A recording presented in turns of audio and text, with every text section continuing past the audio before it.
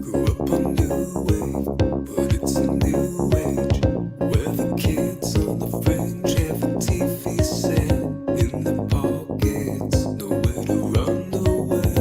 All the freedom, communication, your news station, 24 hours a day. Is there a problem? You tell me what's your name, what's your game? Can hardly wait just to give it away. You're out of your head and out of your mind, so off the wall, but you're still online. Yeah, I found a new place to buy cassette tapes. Now we're rolling around on a box on wheels. No distractions, small interactions. I found a new way, reach out and touch faith. And music's the follows me with no distractions. You tell me what's your name, what's your game. Can hardly wait just to give it away.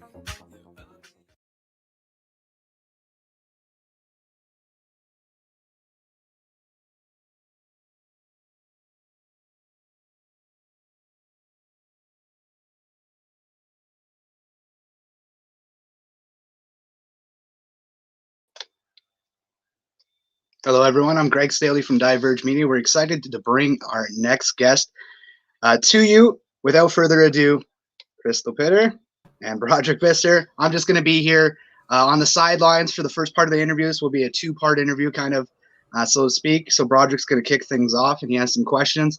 But thank you so much for joining us. And here we go. Thank you very much for having me. It's an honor and a privilege to be here with you. Well, it's awesome to finally have you after the long. I remember contacting you back in July, but obviously there are reasons why you couldn't talk at the time. So for everyone who is watching, this is Kristal Pitter. She's a nurse practitioner. She's with the Canadian Frontline Nurses.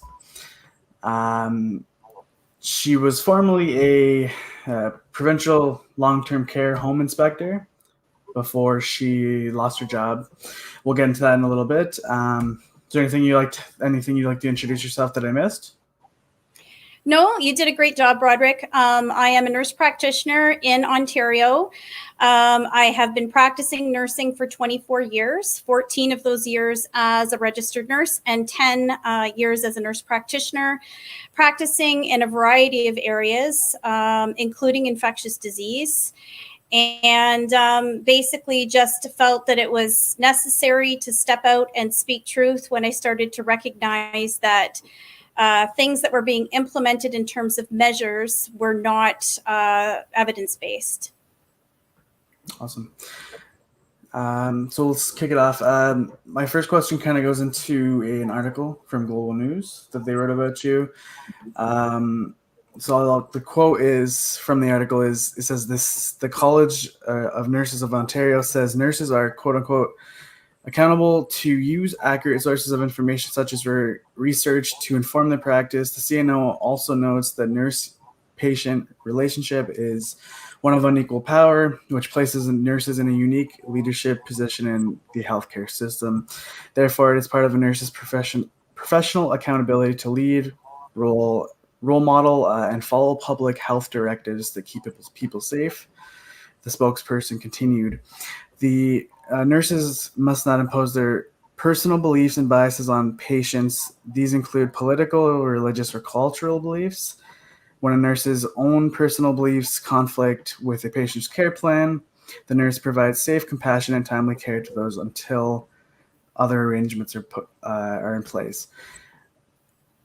Additionally, the CNO spokesperson says nurses must respect the philosophy and policies of the settings in which they practice. So you were a provincial long-term care home inspector and a licensed nurse practitioner previously, but at the time of your termination, you were a provincial long-term care home inspector and you didn't directly work with patients. Is that correct? Correct.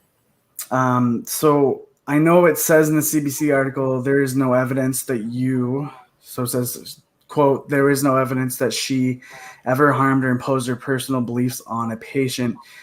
what do you take from that CBC or sorry, that Global News article with all that being packed away, that the whole spiel I just wrote off, and then, you know, the fact that there was no evidence that you ever imposed any of your personal opinions or beliefs on a patient or anything? Yeah. Well, what the spokesperson for the College of Nurses of Ontario was stating is in fact correct. We do have an obligation to do all of the things that you just listed, but the onus would be on them to prove that I did not adhere to those standards, that I did not follow those protocols, and there's no evidence of that. We have to follow standards of practice such as making sure that the public and patients have all of the evidence before them to make informed decisions about their healthcare, and also to determine whether they would like to provide their consent for any treatment or procedure or healthcare that they receive. And patients and the public are not in a position to be able to do that if there is information that is being withheld from them. So I very quickly determined at the onset of COVID that measures that were being implemented were not supported by any evidence.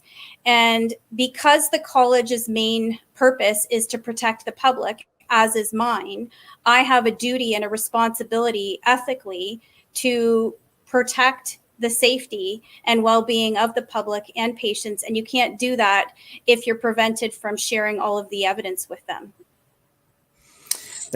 That goes on to my next question. I do understand what you're saying there. It's the articles, I believe it was a CBC article that specifically mentioned if there should be a separation between a personal life and a professional life. Do you think there should be a separation between the two, and why? Yes, I do think there should be a separation between personal and professional. And I did demonstrate that. I was able to fulfill all of my responsibilities in the workplace. When I was required to wear personal protective equipment, I did so without question. Anytime I was talking with whether that was a long-term care home or, someone within my profession, the scope of my practice, I was always doing what was required of me. I was following the policies. I was following the procedures. And we are entitled to have our own personal beliefs at the same time, as long as they don't interfere with professional behavior. And there was never a demonstration of there being an issue. I was able to differentiate between the two. Mm. Yeah, no, it's Sorry. sad that So I just wanted to. So you're going through all this, but one of the things you said there was you felt that it was necessary to speak out and speak truth. So just walk through the process of kind of getting to that point where you felt that you needed to speak out, because honestly, it takes a lot of courage, especially in any position, a professional position. But anytime you speak out, it takes a lot of courage. So just if you could walk us through that process for you, that would be fantastic. Sure. I think the first, I guess what hit me first as being something that needed to be investigated further was the masking issue.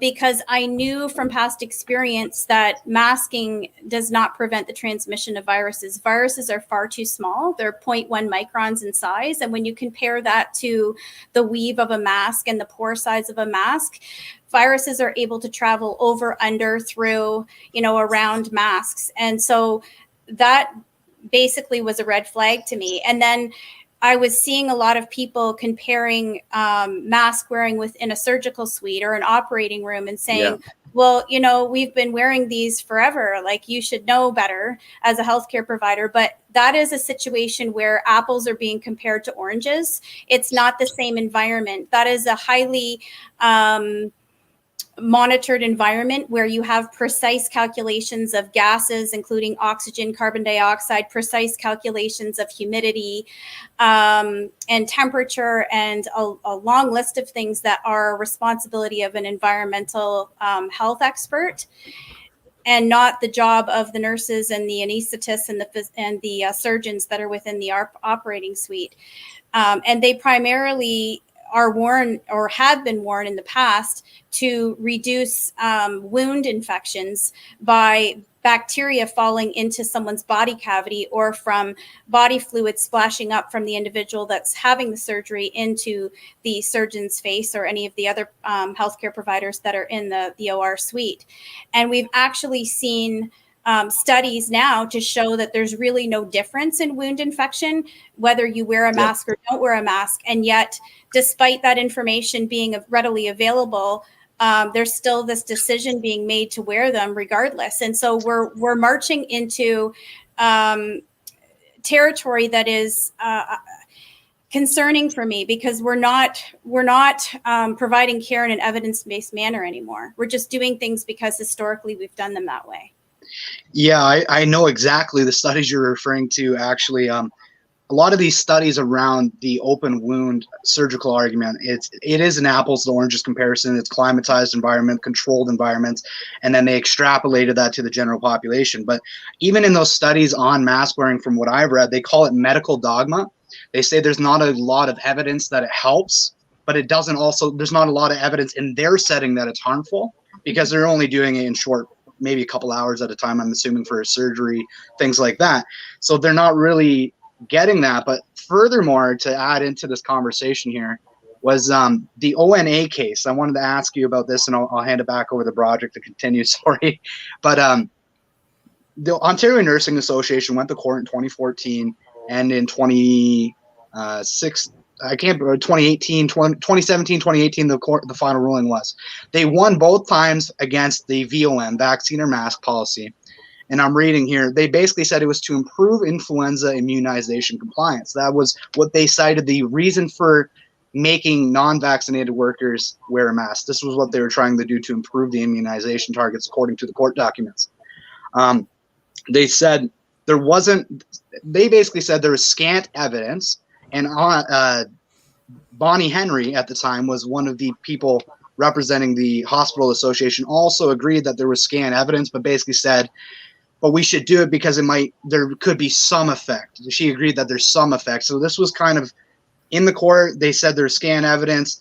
And then the CDC added recently, I don't know if you are aware of this number, but 1.8% is the number they arrived at for their statewide mandates of reducing cases and mortality. But there's also exceptions where they didn't track the social distancing, hand washing measures, or any of these other measures that can decrease cases. So that's a loaded question, or a lot there to unpack, but what's your take on that? Because you're kind of, I'm imagining, expounding on these issues is kind of what I hear on that mask issue hitting home for you.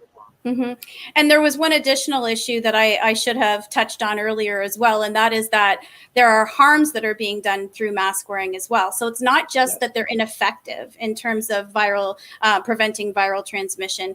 It's that they're also harmful because we are suppressing our oxygenation, and we are increasing carbon dioxide.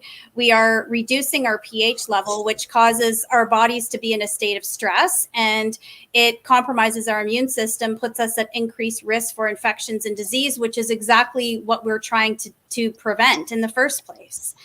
And not only that, you're re-inhaling your exhaust, essentially. Like, no one would purposefully plug an exhaust pipe on an automobile and want all of those dangerous toxins to come back within the vehicle.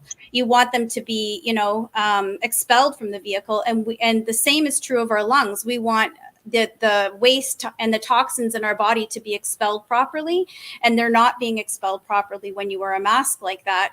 In addition, you've got a warm, moist environment where you're breeding, fungal growth and all kinds of things inside the mask. You're touching the mask with your face or with your hands, adjusting it constantly, which is also a means of transmitting illness.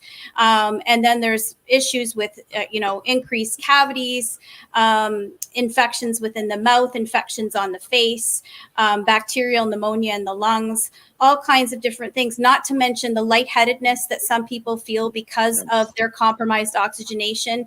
You know, I heard one story of someone that fell off a ladder and broke their neck because they were wearing a mask up on a ladder doing some work on the side of a home. You know, and it's just, there's no evidence to support using these. And then there's even more concerning evidence to show that they're harmful. And our responsibility is to first do no harm. And then getting back to what you just said about the arbitration hearings, I believe they took place in 2015 and 2018. I think one was St. Michael's Hospital in Toronto, and the other was in Sault Ste. Marie, I believe.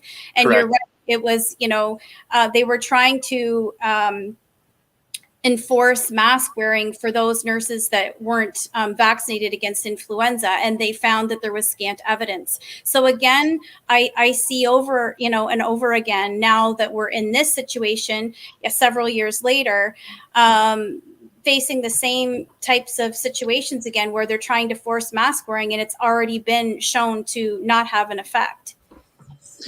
Well, I felt like I was reading that court document, like I was reading the same conversation. It's same arguments were made.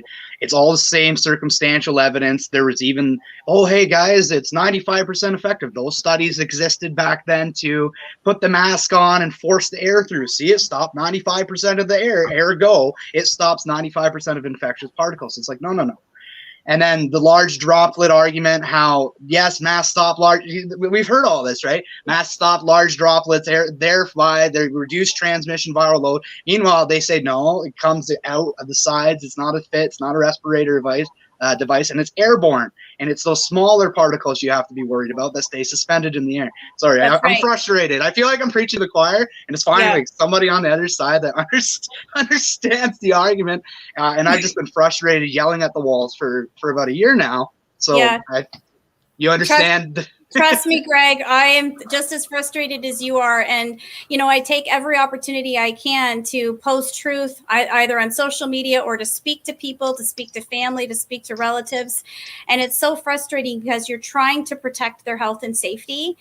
And for whatever reason, I mean, there's just this resistance to listening. And there's this willingness to accept whatever those that have been placed in positions of leadership are telling them, even though we have past history showing us that we can't always trust what people are telling us to do. Sometimes there are sinister agendas. Sometimes there are, you know, conflicts of interest, and they may not have our best interest at heart. And so I'm trying really hard to express to people the importance of questioning everything and investing time and energy in doing the research that's required, because unfortunately we live in a society now, it's a microwave society, where everyone wants to just be able to open a newspaper quickly or turn on the television for 5 minutes and get a really quick down and dirty summary on what they need to know about life. And unfortunately, that's not going to cut it. You have to be willing to invest some time and some energy and take some deep dives and do some research, and know that mainstream media is bought and paid for, and that they have a specific narrative that they have to abide by. And that when things are being censored, when things are being blocked and people are being shut down and silenced, you should take a harder look at those things and those people, because more than likely they're speaking truth. Well, I remember reading a book back in the day, and I'll hand it back here to Broderick. He's got some more questions, but basically talked about during political movements, but not.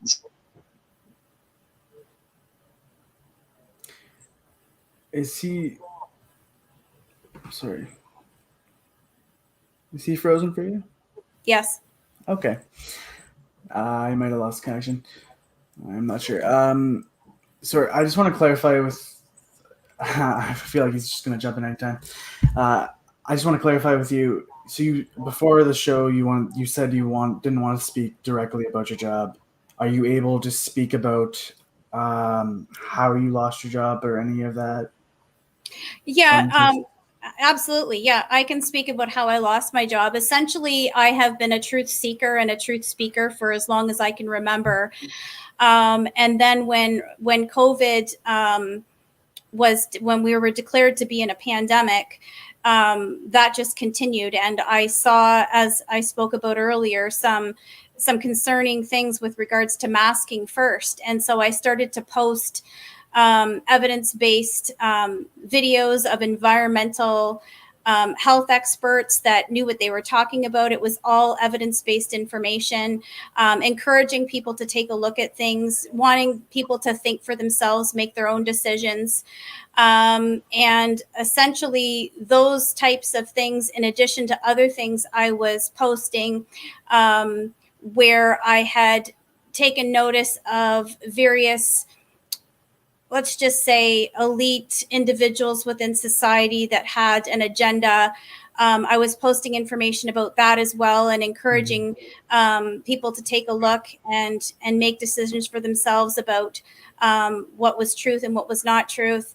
And essentially what happened was media outlets, including Global News and CBC and others, published very defamatory articles about me that were extremely, as I said, defamatory. They vilified me. It wasn't portraying me the way I should have been portrayed at all. It was completely taken out of context and very biased. Mm-hmm. And so because of that, they had approached my employer about their concerns with my Facebook posts, feeling very much that they were in conflict with what I was asked to do in my position. And as a result of that, I ended up being terminated. So the end part, you were saying that the CBC contacted your employer? Yes. Like different media outlets? Yes. That's doesn't seem right to me, but wow. One of my other questions regarding the CBC article was the fact that they mentioned Elizabeth Wettlaufer. Is that, like, what was going through your head when you read the article for the first time? Like, how does, I just don't understand that comparison whatsoever. I don't understand that comparison either, Broderick. I was speechless at the time. I could not believe that they would name someone that was a convicted murderer of, I believe, 8 elderly individuals in long-term care, and who had attempted to also murder 6 additional elderly individuals within long-term care in the same article that was written about me. It was complete. It's like comparing night and day. It's like white and black. There's no comparison whatsoever.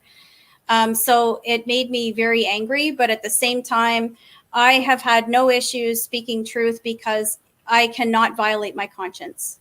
I cannot violate my conscience. I have to do everything I can to protect and serve the public and the patients that I care for. I deeply, deeply care about everyone.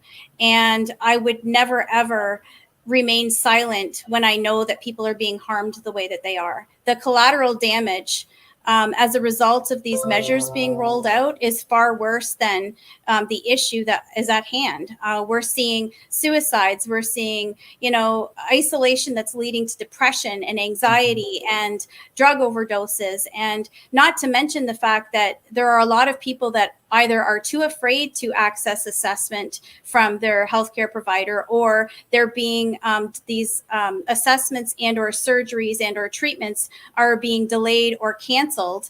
And then they are ending up with things like stage 4 cancer when it could have been diagnosed and treated much sooner. We're seeing things where 30 some odd year old men are, prevented from having the cardiac surgery they were supposed to have. And as a result, passed away and left behind 2 young children that are now fatherless. We're seeing atrocities where people are losing their businesses that they have worked long and hard for decades to build and want to pass on to their younger generations. And they're not being able to do that now because they're bankrupt, having to close down their businesses. People have lost jobs. I mean, there's so much collateral damage from all of this. And I shake my head. I don't understand. There's obviously an agenda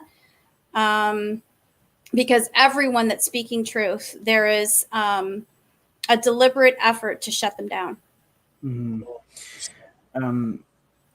This question is just popping off the top of my head, but what do you think they chose you, like, I don't know if you had any connections with them or you knew them somehow, like the journalists who, or I don't know if you even know the answer to this, but why you? I really don't know the answer to that question. I do have some friends on Facebook that may have felt it was their duty to report me because they didn't like maybe the stance I was taking. Because I do have a lot of friends on Facebook that I've either worked with in the past or I know through previous positions. I don't know that's precisely what happened. It's purely speculation. I have no idea how they came to target me. All I know is that I have a duty to protect and serve, and I will continue to do that no matter what the cost is to me. And part of that has a lot to do with my really strong faith that I will not compromise. I have to give an account to God one day for my actions, and I need to be able to sleep at night knowing that I did everything that I could and that I stood on the right side of history and did everything to demonstrate integrity and righteous living. So you wouldn't say you regret anything? I wouldn't say what? So you wouldn't say you regret a single thing? No. No? No, if I had it to do all over again, I would do it all over again because these are crimes against humanity. And yeah, I would do it all over again, no matter what the cost is to me, because it's about protecting and serving everyone else. No, that's a brave decision for sure. Is there anything else in regards to the mainstream media articles you'd like to mention? Like, I read them over and I was researched about Elizabeth Whiteloffer when I was reading it because I didn't remember who she was, and the whole article is just, all the articles I read are just, it's so off from how I've met you. Mm-hmm. But I don't know you too well, but do you have any comments on the articles in general? Just that they were a complete vilification and defamation of my character, that they basically made a determination that the things I was posting were incorrect and had no validity, was misinformation, without even looking into it. You can't automatically conclude that what someone's posting is misinformation if you're not even willing to look into what it is that they're saying, what it is they're posting.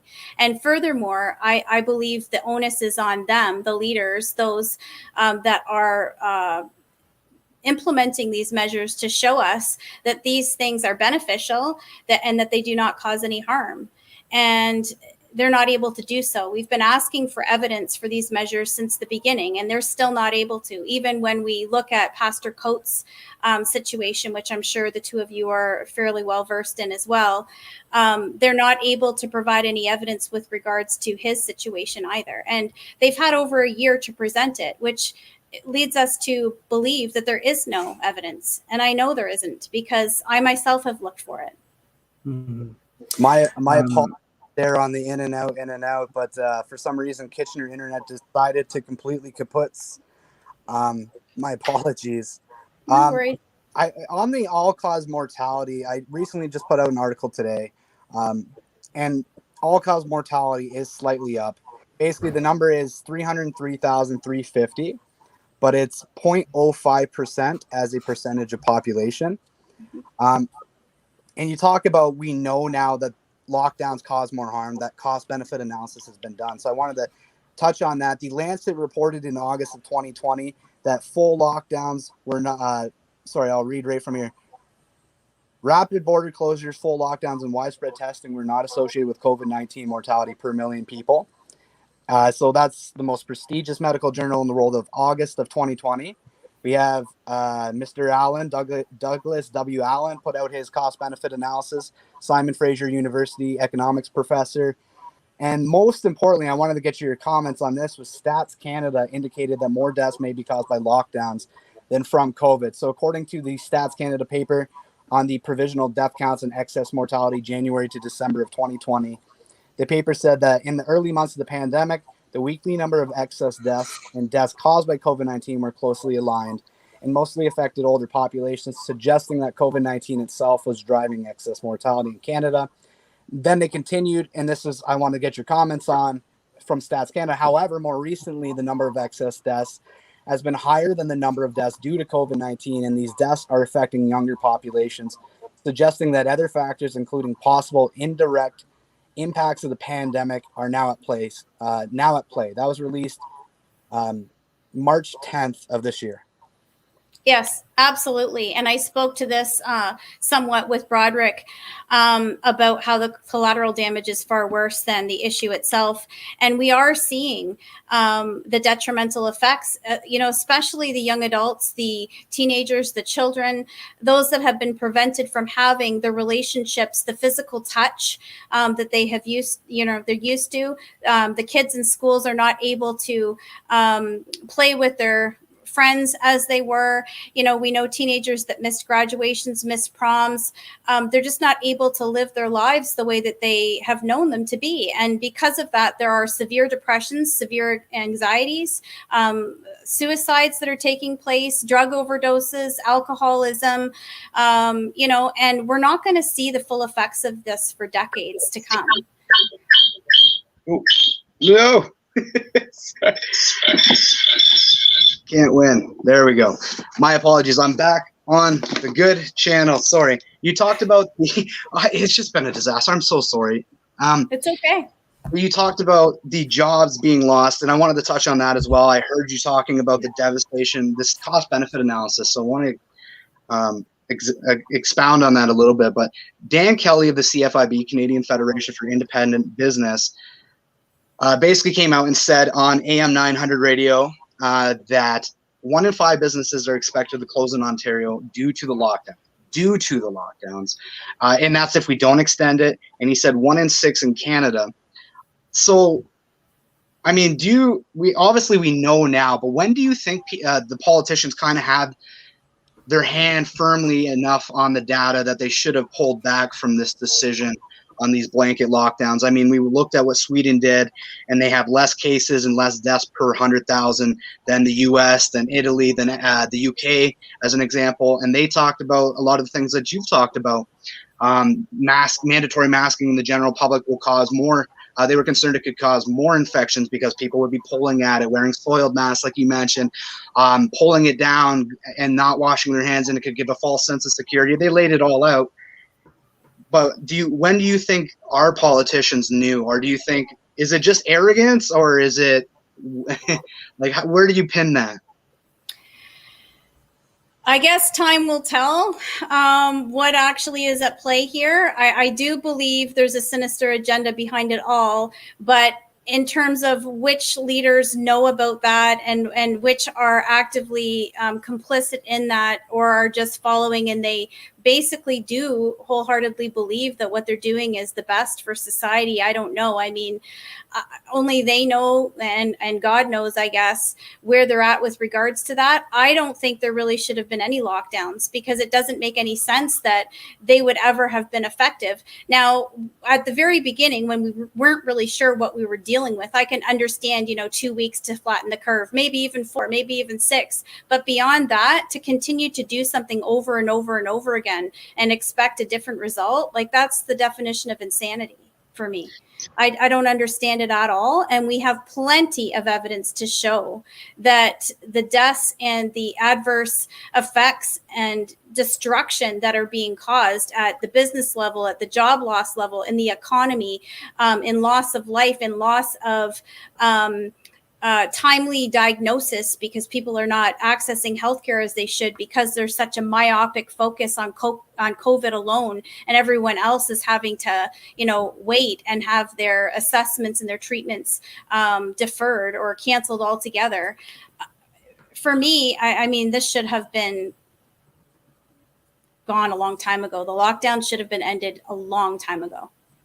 I absolutely agree, and I think I left scratching my head these days, because I'm looking at the United States. I have the internet sometimes, I guess, and so I have the internet. I'm looking at the United States, what's happening there, and it's insane to me, because we're in the day of instant social media. We can see that 22 plus states, I think it is now, have opened up, no restrictions, no mask mandates. But furthermore, I wanted to touch on this whole they jumped on the lockdown idea as a blanket solution, and my brother talks about this all the time, and he gets riled up. But Paul, if you're listening, but they didn't, in this last year and a half, they didn't invest in any long-term care facilities. They didn't. There's been money to sit at home for the not vulnerable population, but not money to address the root of the problem that you say is the reason they need to sit at home. You got it. Yeah. You got it. I mean, we've identified that those at risk are the elderly, are those that have comorbidities or other health conditions, and also those are immunocompromised or immunosuppressed. And so why did we not focus all of our financial resources and other resources, healthcare personnel in that area, instead of just basically taking all kinds of taxpayer dollars and throwing it at people just to sit at home when there's no evidence to support that that's even effective. And we also have evidence to show that it's destructive. So yeah, I wholeheartedly agree with what you're saying. And I also believe that there's a bit of a there's a political spin on this, and a lot of it has to do with the election in the States as well. I believe this was a global effort to rid the United States of a particular individual that they did not like, that was standing in the way of them achieving an agenda they had. Well, if there was the goal, they was effective. This is a pet peeve of mine, and I wanted to get your take on this. But it seems to me as though politicians have pivoted during the COVID era to blame their failure, their decades-long failure to address the systemic issues in our long-term care facilities, retirement homes, and our hospitals in general. And now it's a convenient scapegoat to blame COVID. And what they did is they actually reduced the number of surgeries and things that they would have never done before. And now anytime they get to the point where there's a 90 or 100% capacity, they sound the alarm, and it's because of COVID. But as I pointed out in an article I did, I don't know how long ago, but I took the CTV, CBC, and Global News archives from over a decade and showed that our hospitals have been overrun all over the country for at least a decade. So what's your take on that? I don't think this is a new issue, and I think it's become a political pivot point, a convenient scapegoat. As you said, most people don't do a whole lot of research. It seems to be very tribal these days, where people just accept an authoritative voice because it's easier, and they can be a part of the accepted tribe at that point. I'll let you take it from here. I agree wholeheartedly with you, Greg. Hallway medicine, I mean, we've been trying to do away with that for a very long time, but there's not really any resources being placed in that direction. There's a lot of talk about it, but no action with regards to how we deal with that. And so the system has been broken. The system has been in need of repair for a very long time, and we haven't placed the resources and the finances where they needed to go to fix that in the first place. So, I mean, this is just an excuse to place the blame, essentially, on things that were already in existence for many years. If you had to pinpoint the problem in our long-term care facilities, retirement facilities, if we could distill it to a few things, like if we could, my dad used to always tell me, and this is why I say things like this, but keep the main thing the main thing. So what is the main issue in long-term care facilities? If you had the ability and the money to address the issue, what are like the top issues that need to be tackled immediately? Well, there's not enough finances going into long-term care. In addition, personally, I don't believe there should be privatized long-term care homes, because it enables those long-term care homes to take away from some of the services that are being delivered to the residents, so that they make more of a profit. I believe that we need to get away from privatized long-term care homes for that very reason. And I'm not saying that all are like that. I'm just saying that I believe that that can be a problem when you're out to make a profit, and you're cutting and from certain areas, from staffing, maybe from the services that are being offered to the residents, so that your bottom line looks better. That's a huge alarm for me, because we want to make sure that our elderly are getting the best possible care that they can get. They have invested their lives. Some of them, have gone to war for us. Some of them have given so much for our freedoms, and for them to just be mistreated or just not receiving the care that they deserve to receive, that is another crime against humanity. It's an atrocity. I think it's, sorry, go ahead, Roger. On long-term care homes, recently I believe it was the hospitals in Ontario are now able to just send patients to long-term care homes, I believe. Mm-hmm. What do you take on that? Like, the military report came out before, and another one, and now they're doing this. Like, what do you take on that? I don't agree with it. I don't agree with it at all, because, and if they're not being tested, then there could be, more harm that's being done in doing that. So it doesn't make sense. We need to reevaluate what's being done. We need to make sure that what is being done is evidence-based, and ensure that the vulnerable are being protected. Yeah. You talk about putting them at risk, really. But, Mm-hmm. You talk about that dignity at end of life, and we brought up our project brought up the military report there. I'm trying not to lose my train of thought, but one of the stories that came out of that report was that of, and I think it's the reason it did come out, was that they came and crossed a veteran, and he was laying in sheets that were soaked in his bodily fluids, and had been there for quite some time, and he basically asked that they tell the story, and that was my understanding. So we talk about this dignity.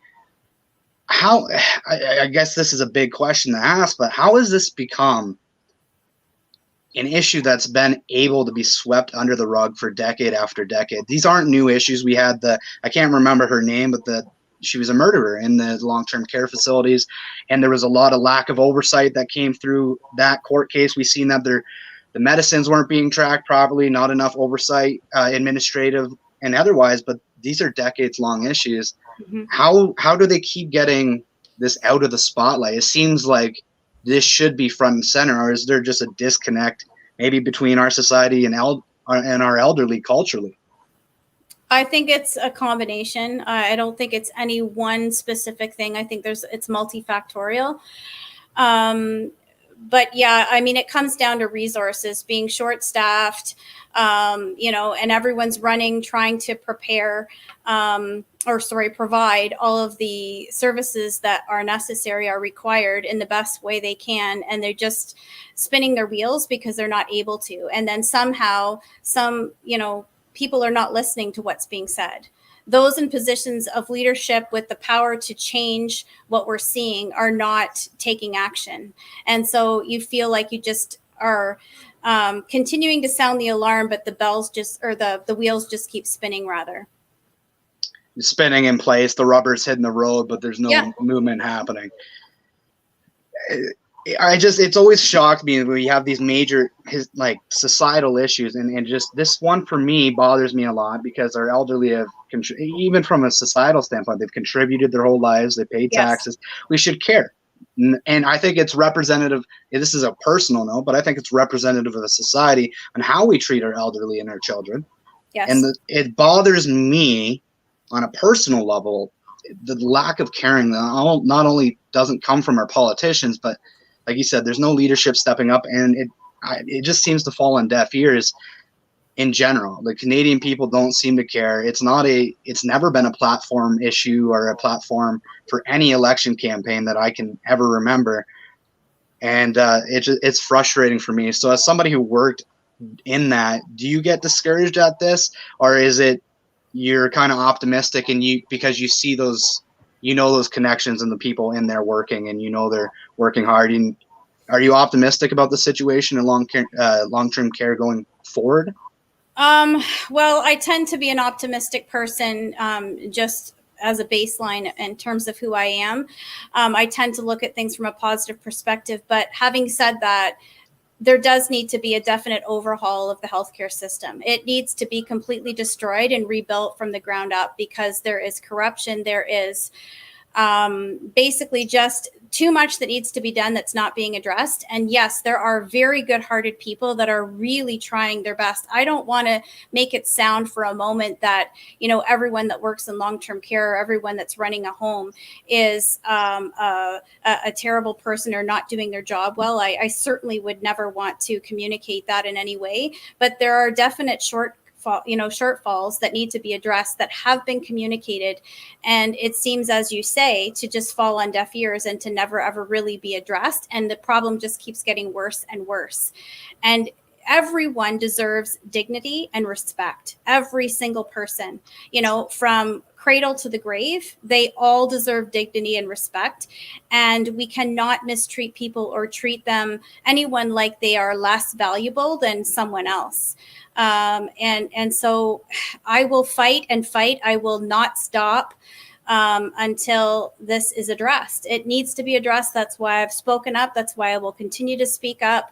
And it's not just long-term care. It is all of the entire healthcare system that needs to be addressed. We're not looking at people as holistic individuals. We're not looking at them as more than just a physical body with a soul, a mind, will, and emotions, also a spirit. There needs to be other things that are factored into healthcare that's delivered to individuals, not just in Canada, but across the globe, everywhere.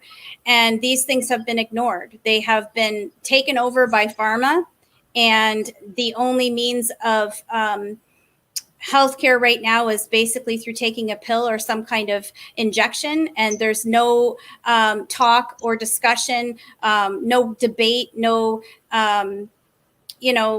discussion at all about the things that we can do to take care of our immune system, to enhance our immune system, eating healthy diets, taking care of ourselves, decreasing our stress, making sure we're getting enough sleep, enough hydration, vitamins, supplements, all of those kinds of things. And it's very sinister from my perspective, because those things, when you look at it, you need to follow the money. Those things don't generate money for anyone. But if you are selling pills, injections, and there are conflicts of interest, then we need to be looking at those, because when the people that are profiting are also the same individuals that are approving certain things for use, some very serious red flags should be going up, and we should be investigating. Well, we've commented on some of those things. I did an article on Eileen Davila's husband speaking at an event where he disclosed his financial relationships, and I believe he had honorarium fees that were included. I don't know which was which, but Bayer, Pfizer, AstraZeneca, there's quite a long list. And again, it could mean nothing. But it needs to be explored. And what I think the point I brought up is the fact that nobody's asked the question and that nobody's even aware is problematic. And it's not just there. I had the same thing. I explored the carbon tax constitutionality question. I found that Judge Wagner, Justice Wagner, was speaking at an event that was sponsored or had ties to the United Nations. And that seemed like when your group is tied to the Sustainable Development Goals and you're speaking on climate change and then you rule on the carbon tax constitutionality question, I just asked the question. I said, is that a conflict of interest? So I think there's definitely a lot of questions that need to be asked out of this. Me and my brother Paul talk about it often. Science table disclosures. Why is it so many people represented seemingly out of Toronto and the Dahlonega School of Health? There's lots of questions that need to be explored, but the question is there any appetite for those questions to really be explored? Because I'll give you the blunt truth here. You talked about is people don't care to listen.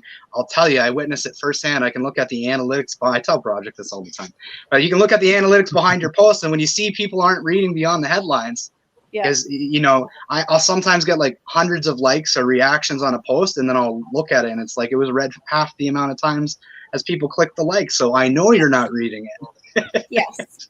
Yes, absolutely. And you need to look at the medical literature as well and know that there are studies out there that are fraudulent. You know, when you've got the pharmaceutical companies that stand to benefit from a product and they're the ones doing the studies, again, another conflict of interest. Now, everyone's innocent until proven guilty. And I'm not trying to, you know, accuse anyone of anything. I'm just saying there are some things that are highly suspicious, some things that cause alarms to go off, you know, red flags.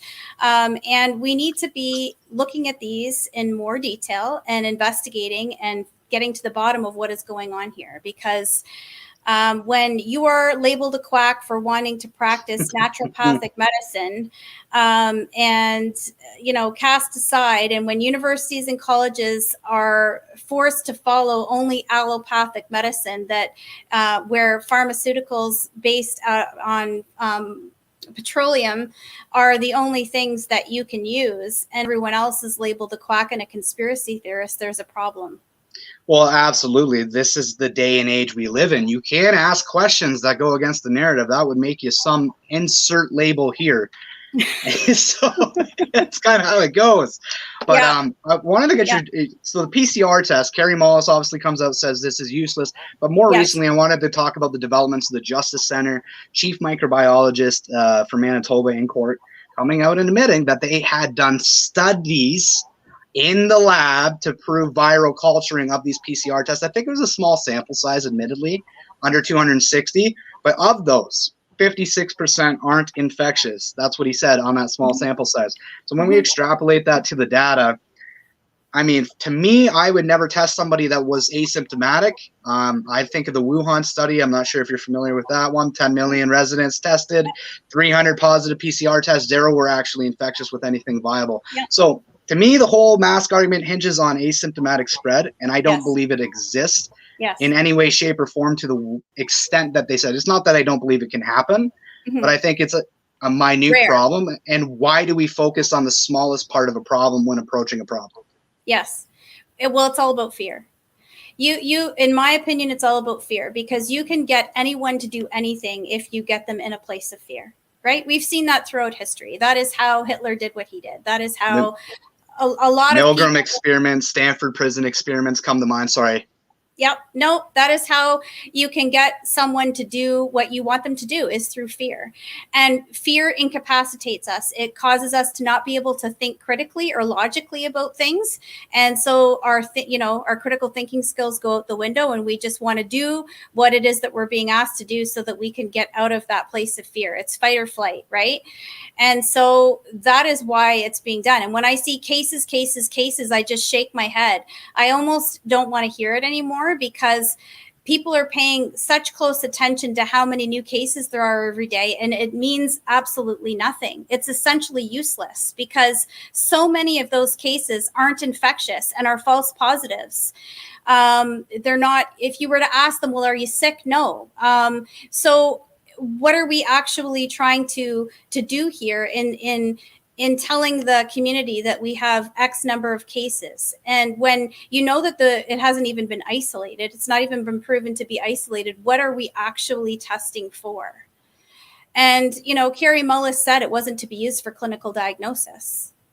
And there's an FDA document that comes to mind talking about the PCR testing and the Corman-Drosten protocol when this all kicked off. And as far as I know, they're still following it. But it basically says these tests can't rule that COVID is the cause of symptoms. Yep. And it also says it can pick up other bacteria and pathogens. So it's essentially saying, and it can also pick up dead virus, which we know. So when you when in Canada here, I believe Ontario is up to 38 cycles, 38 to 40 is considered probable, and then they retest basically until they get a negative or a positive. But what do we do with this? What's the approach to go forward? Because obviously we can talk till we're blue in the face, but it seems like, again, this knowledge is not getting out. I don't know why people aren't questioning the PCR test at this point. It's not new information. But how do we get this information to resonate with people? I really don't know, Greg. I mean, I'm just as frustrated as you because I'm trying to get this information out as well. But people, I think, have just automatically concluded that anybody that is speaking anything contrary to the mainstream narrative is some kind of conspiracy theorist and should not be paid attention to, especially when you're someone like myself who's been terminated. You're seen as somebody that doesn't have any credibility. You know, the media outlets are trying to smear you. And so because of that, there's this automatic thought that these individuals, as I said, they don't have any credibility. Don't pay any attention to them because it's already been proven that they don't know what they're talking about, when the truth is actually the exact opposite. And as you said, these PCR tests are highly, you can manipulate them, but in any direction you want them to go. You can do more amplification cycles so that you get more positives and then feed the fear. And then you can also decrease the number of amplification cycles you're doing so that you get less positives, and then everybody and attribute it to, say, an injection being successful, and now everyone's happy because they suddenly think that, you know, the mask wearing, for example, they'll attribute the negative or the decrease in the number of cases to be something that they implemented, like an injection, like a mask, like a lockdown, what have you. So when you've got these tests that can be manipulated in any direction that you want them to go in, we certainly need to be asking some questions. Well, in my opinion, that's exactly what the CDC did. Obviously, I'm sure you're aware with their latest release, if you're vaccinated and you have clinical symptoms of COVID-19, they're going to test you with the same PCR test, but they're going to drop the cycles to 28. And the only concerning thing with the states is I don't think the states has a rule where they have to tell you the cycle threshold. So it's kind of a gray area. You don't really know what they're testing at, but they did dial it back, obviously, for the vaccinated to 28. But last question I had for you here, I've been digging into this and I want to get your perspective, but a lot of these studies that are coming out, in my opinion, are showing that COVID is seasonal. So yeah. Where did it go? I can't find it. Of course not, never. But yeah, from the studies here it is. Studies that I'm seeing, it's just showing that it's not sorry, I'll let you take over. I can't find it.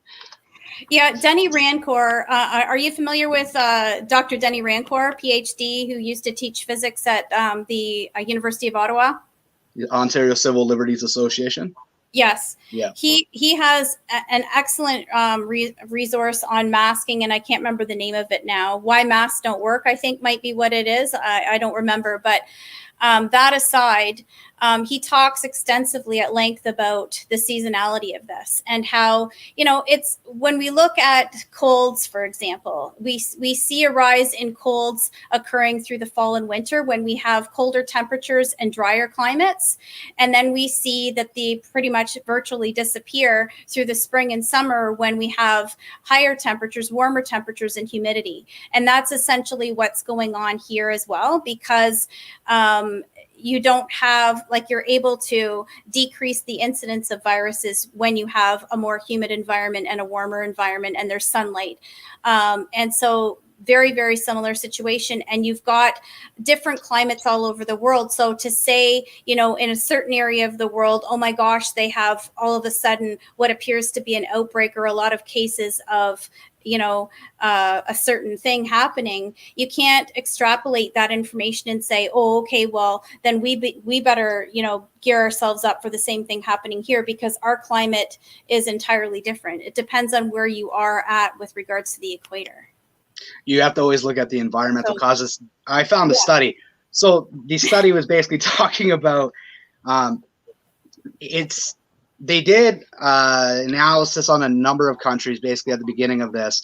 And what they found is that countries that were that hovered between 3 and 17 degrees on average accounted for 90% of the cases. And the countries that were over 20 degrees on average had statistically a lot less cases. Yes. By my estimate, what appears to be happening is that these lockdowns appear to be, I guess, put my tinfoil hat on, but they appear to be timed in a manner so that they can ride the spike down, not initially because they want it just before it peaks, and then they can come on the wave down and say, Patsy's on the backsies. Look, I saved you. Yep. So, I'll get your perspective on that. Yeah, no, absolutely. I agree. I mean, I don't have proof of that, but it certainly looks like that's what's being done. I think they're taking advantage of every situation they can, to be quite honest. And I hate saying that, because I want to be able to trust those in positions of leadership. I do. I want to say that we can trust those that are making decisions, and those that and that they have our best interest at heart. But I seriously have suspicions that that's not the case. I can't unsee what I've seen. I've done a lot of research, and I guess I'll just leave it at that. I can't unsee what I've seen, and this has been going on, and it's been in the works and in the plans for decades now. And so I'm sure there are players involved that are not complicitly involved because they don't have all the information before them. But there are certainly those that are in higher levels of power that do know what's going on, and they're certainly doing everything they can to make this roll out the way that they intended it to. And there's been a lot of planning and put in place, right down to even simulation exercises that happened before this. Yeah, I was delving into the Event 201 issue, going through the video by video, hour by hour, listening to what they were doing. And it was interesting to me that they were testing a scenario of a novel coronavirus outbreak about a year before all this kicked off. And yeah, they kind of seem to depart from the pandemic practice too. That's the other thing. We'll close out on that, but obviously we've departed from pandemic practice. So yep. Why? I guess we'll just leave it at that. We'll get your take on that, and we'll close out. Just why do you think we did it? Is it politically, it was convenient to do so? Was there moral panic and they just wrote it? Now they can't back out because they don't want to admit they were wrong in their approach? Again, I think only time will tell, but ultimately I believe there's an agenda that they have that they want to implement. And so they did what they needed in order to implement this, and now they're just trying to do damage control when people are drawing things into question. Well, we thank you so much for joining the show. Obviously, it's, these conversations I believe are important, just to have honest and open collegial dialogue. I believe that's something that's missing, especially in the medical field right now. Like you talked about, it's to speak out, people label you, and then it's difficult to have that voice right now. So thank you so much for doing that. But where can people find your work going forward? How can we follow what you're doing? Definitely, anyone can go to CanadianFrontlineNurses.ca and find out more about our organization there. And we also have a class action lawsuit that has been filed through Elders Without Borders .ca, I believe it is as well. So they can look there. All right, excellent. Thank you, everybody, for joining us. This is a great conversation. Make sure to share this out so good, solid information can get out. There's lots of people questioning the narrative currently. That's the thing I want to get across more than anything. This is not a fringe minority. There is a large number of people, but when your physician's college comes out and says that, hey, don't speak out, that would be bad. We're not in a position where we're going to get an open and honest dialogue. So thank you for taking the time to truly voice your opinion. And maybe one of the benefits, I guess, silver lining of being let go is that now you can truly speak your mind on these issues. Absolutely. And I echo what you just said, Greg. When you've got the College of Physicians and Surgeons or the College of Nurses that are silencing healthcare professionals, they're violating their own standards of practice. And that does a huge disservice to the public, to the patients. They're not able to have the information before them that they need to make decisions for themselves in terms of their health care or consent, because they're being prevented from having that information. And we have an obligation to share that, and we have an obligation to protect the public. And so this definitely needs to be addressed, and it needs to be reworked right from the ground up. Well, I think the current motto of the day, or the motto of the day, is that the science is always settled. Yeah. So, hey, don't you know? Everybody knows the science is always settled. It's always what the. It blows me away. I thought we were supposed to ask questions, but apparently that's not what's recommended anymore. But thank you everybody for joining us. We'll see you next time. Thank you very much.